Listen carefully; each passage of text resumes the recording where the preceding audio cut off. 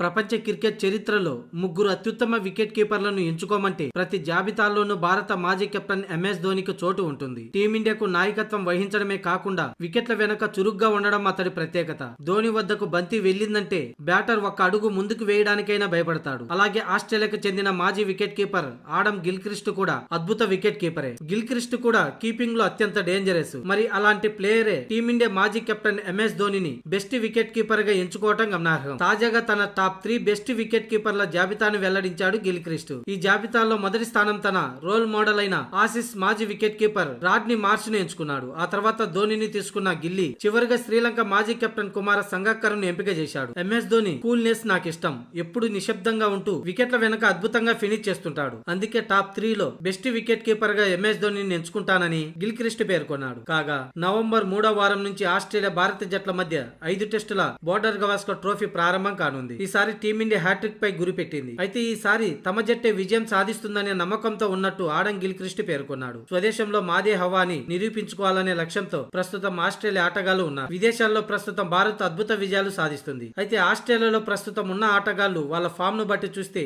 ఈసారి భారత్ పై సిరీస్ గెలుస్తుందని Adam Gilchrist పేర్కొన్నాడు.